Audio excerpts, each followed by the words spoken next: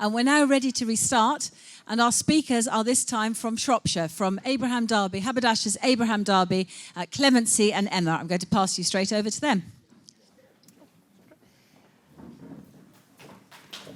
Oh, you have to clap. That's very sweet. Just waiting for those to come in. So we're from Darby. My name's Clemency Price. I'm a vice principal there. And Emma Norrie is our mental health and wellbeing lead. And we're just going to talk to you a bit today about our whole school approach. So how we embed mental health and wellbeing throughout the school, how it's a really, really embedded part of our whole school ethos and our solutions to tackling this increase in mental health that we've been discussing today. I think, first of all, though, it's really important to talk to you a bit about our context, us as a school, what we're about, and why we needed this approach. So just put some key indicators there. So looking at those eligible for free school meals, those eligible for the pupil premium, and also those who are on our special educational needs register. And you can see that in all three areas, we are above national average.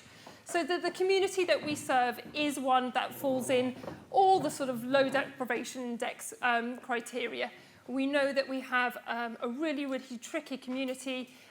We take pupils from quite a wide range of areas, but there is quite a lot of deprivation within our area. Drilling into the special educational needs bit a little bit more, we have got 32 pupils in our school with an education, health and care plan. So remembering that an education, health and care plan is awarded to pupils with the most significant level of need, those pupils who really, really need additional funding and additional support in order to be able to access the mainstream school. We've got 32 with a plan, and out of that 32, 20 of them are for social, emotional and mental health. So over half of our pupils with an education, health and care plan, quite significantly over half, have one for social, emotional and mental health. So again, a real indicator that there's that high level of need within our school. We are based in something called Telford and Wrekin. Telford and Wrekin is our area within Shropshire. And this brown map behind me shows our region. And our school is based down here in the south. So a piece of research done by the local authority looking at social, emotional, mental health and the increase in need recognised that over that 5-year trend, the steepest increase in identified SEMH need was in the south of Telford. And recently released figures shows that that is a trend that is continuing to increase. So we know our community, we know the area we serve, and we know that mental health is increasing. And therefore, we really, really need to be proactive in our approach. Earlier, we saw in Jackie's presentation this vicious circle. Based on the context that I've just been introducing, we're really mindful that we don't want to enter this vicious circle. And I won't go through the components again because we saw them earlier. But what I did want to address is the fact that these poor outcomes may result in a permanent exclusion. And actually, a permanent exclusion absolutely is not the right thing for the pupil. We know the impact it can have. But really thinking about the impact it has on the school as well.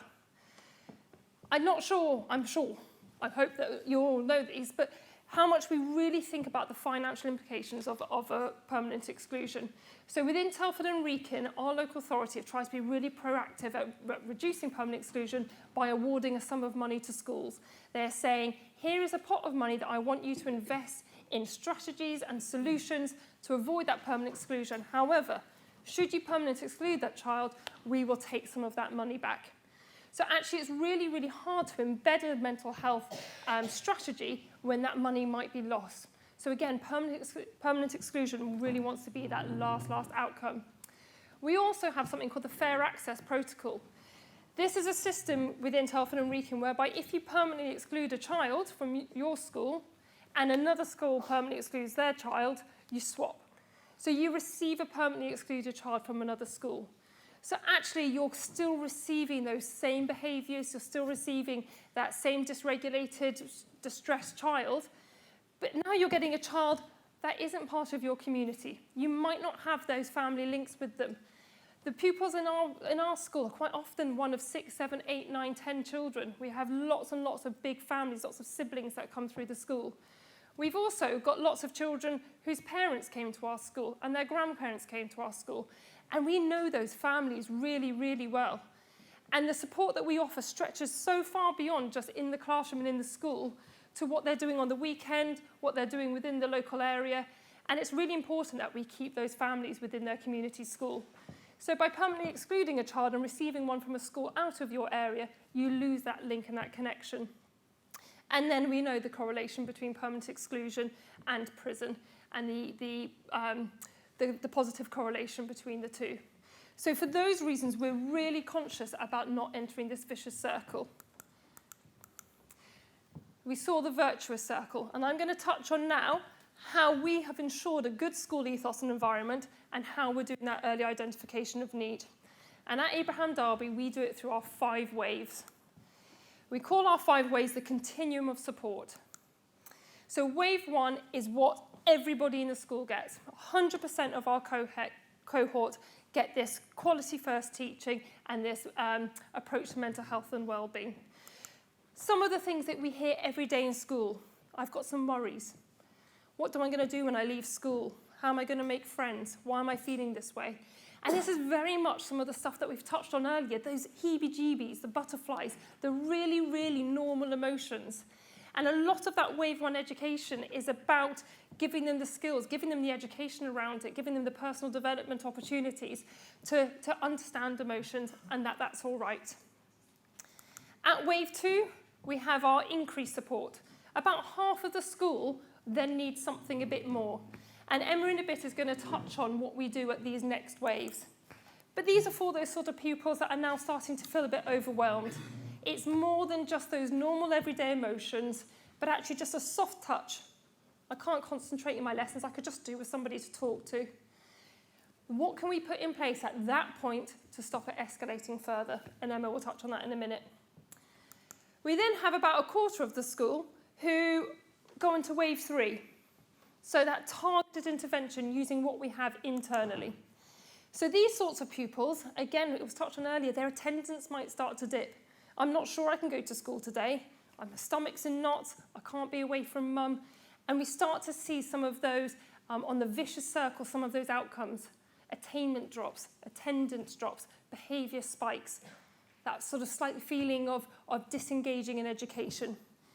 And Emma will talk about what we're doing internally at that point. At wave 4, that's when we will start referring to professionals. So on that vicious circle where number 2 was referring to CAMHS and then being in a long waiting list or getting rejected, we're trying to avoid that, so we go through the wave 1, 2, 3 and 4 before it gets to that point. And this is when that sense of hopelessness is coming in. I'm not sure what the point of school is anymore. There's just a complete sense of hopelessness.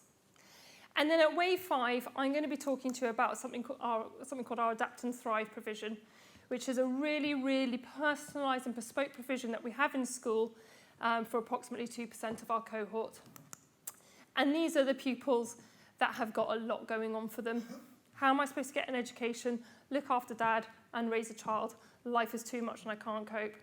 So these pupils in this provision are experiencing day-to-day domestic abuse, parents in and out of prison, drug and alcohol misuse within the family home. We had 5 teen pregnancies last year, 2 of which went full term. So these pupils really, really need that very bespoke support, which I will touch on at the end. So I'm going to pass over to Emma now, who's going to talk a little bit about what wave 1 to 4 looks like in our school. Okay. It's my job to obviously oversee, from there's 2 strands really, the way I look at it in terms of meeting wave 1, 2 and 3. So there's the education aspect, so teaching students about mental health and the correct terminology, etc. But also a physical side to it as well, and looking after ourselves and how that's really, really important. Other speakers before discussed about mental health and mental illness, so we're trying to sort of scaffold all of that and meet it from a whole school level. So wave 1 is about the educational side of things. We use the SPADE model, which is the 5 pillars of well-being. So it's looking at that sort of social, physical acceptance, which is really, really important. Digital, the effect that digital age now has on our mental health, and our emotional well-being as well. And this is just an example of how we do it within our personal development programme, which the whole school have access to. This will be taught within their mentor group, and we meet every aspect of the SPADE 5 pillars to wellbeing in that. So this is whole school. Wave 2 is when we get into the more practical side of things. So this is, we hosted a Healthy Lifestyles Festival in 2022. For various different reasons, we couldn't do it this year, but we'll get back on it next year. We invited students, that we have a lot of students that are on pupil premium and free school meals. We appreciate that healthy lifestyles has a massive impact on our mental well-being, eating correctly, sleeping, etc., having fun, exercising. You can see here some students doing a bit of yoga there. Healthy lifestyles in terms of cooking healthy food for less. Just giving them that opportunity. Some of our students won't have access to this. Because of financial difficulties and environmental issues within their home. So this is what we try and do, get them to understand how being healthy is really, really important in terms of looking after our mental health. Lots of different activities. I don't know what's happened there with the slides. We really emphasise as a whole school, really looking at and contributing with that sense of belonging. We have a fantastic music department, rugby, netball. You know, our rugby team just come back from South Africa. That sense of belonging, and a lot of those people had never even been on a plane. Yeah, house cross country, house swimming galas, lots going on. That sense of belonging is very, very important, because you have to remember a lot of our students come from homes where there might be multiple siblings. They won't have that one-to-one. They won't have that sense of belonging. So it's really important they feel part of something. Sometimes, obviously, protective characteristics can affect a student or anybody's mental well-being. What we do is we've partnered with the Anti-Bullying Alliance. So whereas each mentor group has an anti-bullying ambassador, they are trained by our pastoral teams. They do a week's training, and then they are there to, this just gives an example here, what is bullying, cyberbullying, protective characteristics. These are all the things they learn to be able to support other students. I think it's really important that a lot of things that we do are student-led as well. And I think somebody mentioned before, I think peers, working with peers and similar age groups is really, really powerful. Celebrating diversity is a massive thing within our school community. Just one example here, our LGBTQ community is massive, and we have clubs. You can see here some examples of the colour run. And you know what? Some of these students, before we did this, might not have felt accepted, okay? But you can see just by the smiles on their faces, they feel part of something. Now, when we go on to wave 3, is where I work with what I call community connection. I do parental workshops. I think it's really important that we empower our parents to be able to support. And I think that's the main thing here, is support, not solve. I'm certainly not a mental health practitioner, but I'm able to support and signpost where needed. And I think it's really important that our parents are able to work with us in supporting their child's mental well-being and mental health. These are some examples I did on depression, anxiety, body image and mental health, self-harm. And as you can see here, there's some really good feedback from the parents. The one that really sticks out for me is the facts on depression, realising my son might be depressed as well as other things. That's really quite powerful. Again, as part of wave 3 is targeted intervention. There's 3 strands to this wave. When we feel a student needs mild support, we have nurture hubs where they can go. They get a hub pass, they can come out of lessons. It's lovely. They do Lego therapy, they do colouring in, they can read a book, got some lovely mood lighting. If they just want some time on their own, as we all do sometimes, that is where they can go. We also have ELSA support, which will deal with the areas listed there, which means emotional literacy support assistance. Then when we find that a student actually maybe needs a little bit more of that, when they've got a moderate need of support, we have a mental health practitioners, we have counsellors that come into school, and we have mental health first aiders within our school, both students trained and staff. We have bereavement trained staff, and also self-harm trained staff. And then when we go to the severe need of support, moving into wave 4, when a student might have suicidal ideations, I'm not here to sugarcoat it. It is real. Just last week, I was on the phone to the crisis team where a young person did try and take their life. So this is real. This is why I'm so passionate about this, and this is why we're doing what we do today. And this is why it's really important that from a whole school level, each wave is met. And as you can see there, it's really important. Just quickly, a case study here. Okay, someone that was referred to the mental health support team. Extreme anger, quite dangerous for both maybe possibly staff and students. This child was referred to for anger and aggression. Serious risk of permanent exclusion. Okay, they continued to do some CBT with the mental health practitioner, and I am so happy and proud to say actually this child is now a prefect and is thriving within our community. So that just goes to show the power that it has and how important it is. Very quickly again, what's next then? So what I'm now currently going to start is a pilot within implementing attachment and trauma-informed practice. So we're going to use the ARC matrix, which is a research centre. Hopefully, what we do is we do an audit, and then we evidence the things that we're doing to either get a bronze, silver or gold level in terms of us meeting trauma and attachment. And I really want us to be a trauma and attachment informed school. And lastly, something I'm very, very proud of, and it's not just my work, it's the whole school. We've all worked hard to receive this, get this. We did the Carnegie School of Education. We obtained the Gold Mental Health Award, which we are very, very proud of. Thank you.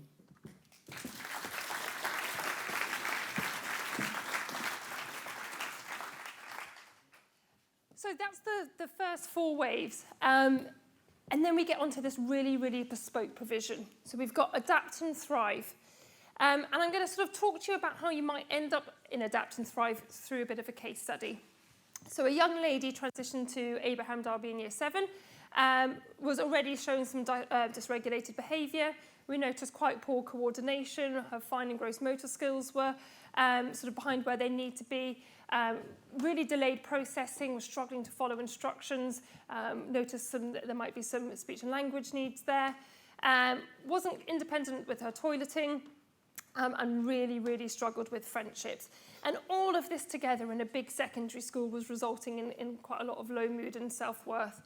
So throughout year 7, it was really that wave 1 and wave 2 response. She had access to our nurture hubs, some emotional literacy support, some feelings and emotion work, lots of visual support, to see if we could enable her to make some successes and improve her mood in school.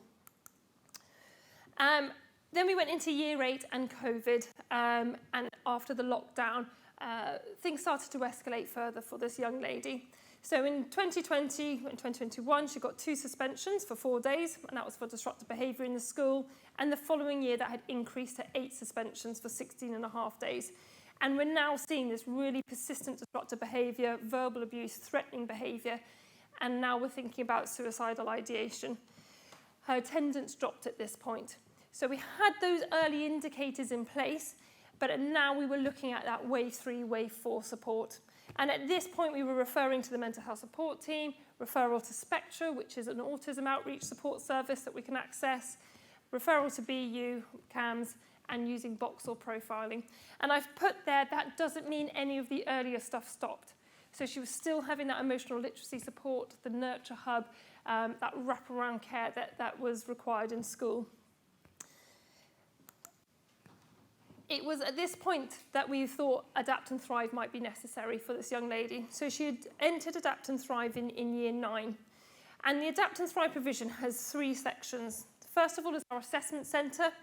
Then we have Thrive, which is for Key Stage 3, and that is a preventative pathway. It's a part-time placement. Pupils are in there for 50% of their day, 50% in mainstream. And then Adapt is our Key Stage 4 provision, which is a permanent position. They're in there full-time. During the assessment centre, we do a whole range of different assessments. Some have been mentioned already today, so looking at the RCADs or the SDQs. And the reason we do that is because if we're about to put in some very, very bespoke and personalised support and intervention, we need to know the starting point. In the same way as before delivering your curriculum, you would do a start of unit test to know where they're at that time. We feel it's really important to really understand the need of the pupil. Looking at the Prison Reform Trust publication, they recognise that lots of pupils who were going, lots of young people going into prison had undiagnosed learning needs. We didn't want that to be the case. We wanted to know quickly. Also, if those needs are not met, you can put in all the support in the world, but it's not going to have as much as an impact if you don't really know what you're dealing with. Much more likely to reoffend. But also, they were presenting staff with more difficulties because of lack of understanding. If you're trying to address somebody with a sort of a speech and language approach, and actually they've got autism, you're not going to get the right support. So it's really, really fundamental to understand what you're working with first, and that's where we have our assessment centre. So our young lady is now in Adapt and Thrive, and she had one suspension last year for 1 day, and that was for verbal abuse. And I'd like to add that the verbal abuse that she got that suspension for was nowhere near the verbal abuse from year 9, but our expectations and our standards are so much higher that we really, really want the very best out of her. She has got a diagnosis of autism spectrum condition. We've secured an education, health and care plan because actually this support is really, really working and she is doing unbelievably well, and we need to make sure that that support carries on until she's 25 years old. She's making expected progress in all of her subjects. We've got her on an additional qualification doing hair and beauty. Her attendance is back up to 94%, and she's been selected to be a reading buddy. So she's actually one of our ambassadors going into our local primary school, sitting with our reception children and reading with them. It's been a real, real success story for this young lady. But whilst all those indicators are fantastic, Adapt and Thrive is so much more than that. These are just some pictures from our provision. Everyone in the provision gets an opportunity to develop those life skills, to develop opportunities that they wouldn't ordinarily get. We trust them with abseiling. I've put there a picture of them doing a science experiment and cooking. That's huge, because up until this point, these pupils were not allowed in the specialist classrooms in the school because of the danger that they were to others and to themselves. They're at a point now where they can use chemicals, they can use knives. We took them to the beach. First time this young lady has touched sand, let alone being buried in the sand. We have dogs that come in on a Friday, 3 animal therapy dogs that they're allowed to walk. We've got guinea pigs that they feed. We've set up a hair and beauty salon so that they develop skills to support them into post-16 education. They get opportunities to be children, to work together, to develop friendships and develop relationships with the staff. So it's a provision that we are really, really passionate about. Ultimately, the 36 people in Adapt and Thrive at the moment haven't been permanently excluded. They're all making it to the end of their school, in their community school, and that's what we really, really care about. And obviously today is about bringing the governors and the haberdashers together. The Adapt and Thrive provision was largely funded by a very generous grant from the Haberdashers Foundation. That stopped last year, but it has enabled us to really get a solid foundation for the support that we're offering. The governors are really, really part of this journey. We've got our governor with us today who leads on mental health, the support. They're there every step of the way. So that support, meeting with parents, visiting the school, coming to the deputation, talking to the kids. You can imagine some of the language that the pupils in Adapt use. And the governors sort of take it on the chin and really, really understand and recognise how important the provision is for us. My question for you then to end it is really thinking how you as governors and or senior leaders in the room will ensure that the foundational and incremental offer of support there. And the reason that bit is so important is because I'm sure you appreciate if every child goes straight to Adapt and Thrive, it will never, ever work. It works because it is so bespoke to those that need it. So how are we going to ensure that wave 1, 2, 3, 4 are met and embedded first to allow a provision like Adapt and Thrive to really, really work successfully? Round of applause, please. That was amazing. Manage. So massive thank you to Clemency and to Emma for that. I mean, I think really inspiring, and the work that they're doing with the students at Abraham Darby, I know is magnificent.